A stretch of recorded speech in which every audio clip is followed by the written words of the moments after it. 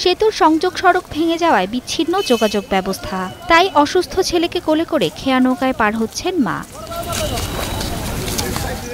মঙ্গলবার রাতে টাঙ্গাইল সদর উপজেলা চারাবাড়ি ঘাটে ধলেশ্বরী নদীর ওপর নির্মিত সেতুর পশ্চিম পাশের সংযোগ সড়ক হঠাৎ ধসে পড়ে। এতে সদর উপজেলার সঙ্গে যোগাযোগ বিচ্ছিন্ন হয়ে পড়েছে কাতুলি, হুগড়া, কাকুয়া, মামুদনগর ও নাগরপুরের একাংশ। মাওলানা ভাসানী বিজ্ঞান ও প্রযুক্তি বিশ্ববিদ্যালয় সহ পশ্চিম পাশের স্কুল কলেজ সহ বিভিন্ন অফিস আদালতে যাতায়াতে সৃষ্টি হয়েছে চরম ভোগান্তি। কৃষিসহ নানা পণ্য পরিবহনে দুর্ভোগে পড়েছেন লক্ষাধিক মানুষ। এইভাবে ভেঙে গেল, আমাদের বাচ্চা কাচ্চা তখন স্কুলে নিয়ে যাইতে সমস্যা। ব্যবসা করি, পোলট্রির ব্যবসা, আমাদের খাদ্য পোলট্রি আনা খুবই কষ্ট হয়ে গেছে। 2006 সালে সেতুটি নির্মাণের পর কয়েক দফা পূর্ব ও পশ্চিম পাড়ের অ্যাপ্রোচ সড়ক ধসে যায়। সবশেষ গত বছরের 10 জুলাই ব্রিজটির পশ্চিম পাশে অ্যাপ্রোচ সড়ক ভেঙে যোগাযোগ বিচ্ছিন্ন হয়ে যায়।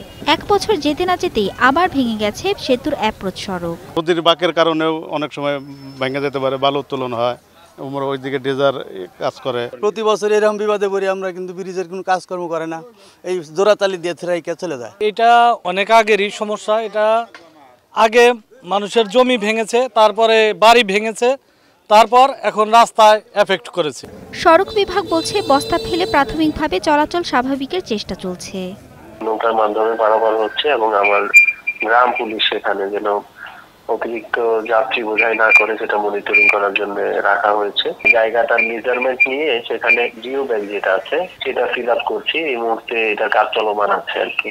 আশা করছি খুব দ্রুতই স্বাভাবিক হবে। 170.64 মিটার দৈর্ঘ্যের সেতুটি দিয়ে প্রতিদিন প্রায় 1 লাখ মানুষ যাতায়াত করেন। Desk report, star news.